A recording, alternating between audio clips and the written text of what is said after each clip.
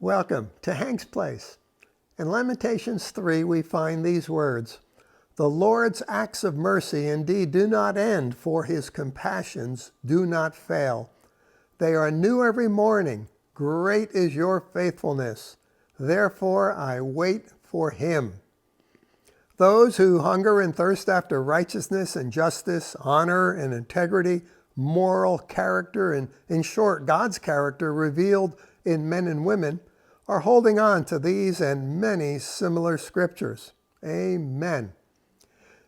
With the elections, if you were inclined toward the prophetic, there were many prophecies out there about Trump, about a landslide, and when that apparently didn't come to pass, prophets began apologizing, revising, coming up with new stuff, and some were standing fast.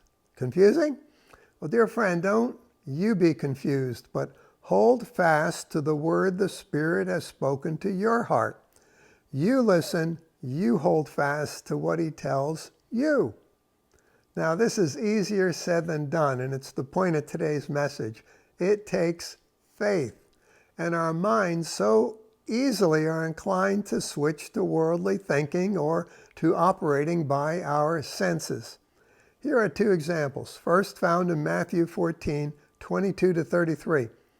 Jesus is walking on the water past those disciples who were straining at their oars all night. Peter asks to walk to Jesus, and Jesus says, "Come." Then Peter does the impossible. He walks on water until he set his eyes on the wind. Then his faith blew away, and he began to sink.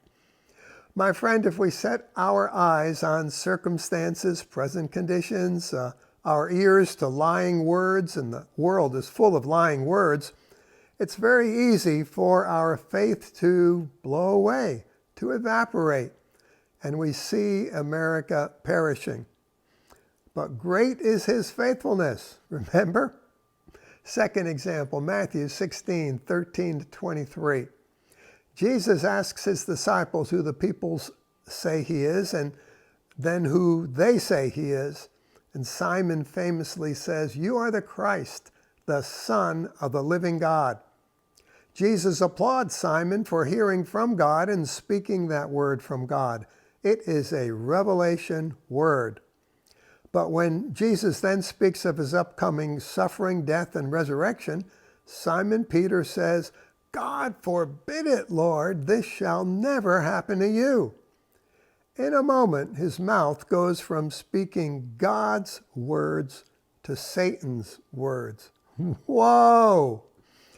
As the Enduring Word commentary says, this is a perfect example of how a humble, sincere heart, coupled with man's thinking, can lead to disastrous speaking and perhaps acting.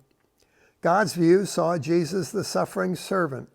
Man's view saw Jesus the conquering king of an earthly kingdom. So today, dear friends, with our eyes on Jesus, our ears to his word, and remembering that great is his faithfulness, he will never forsake us, know that we are not going under. We are about to come alive.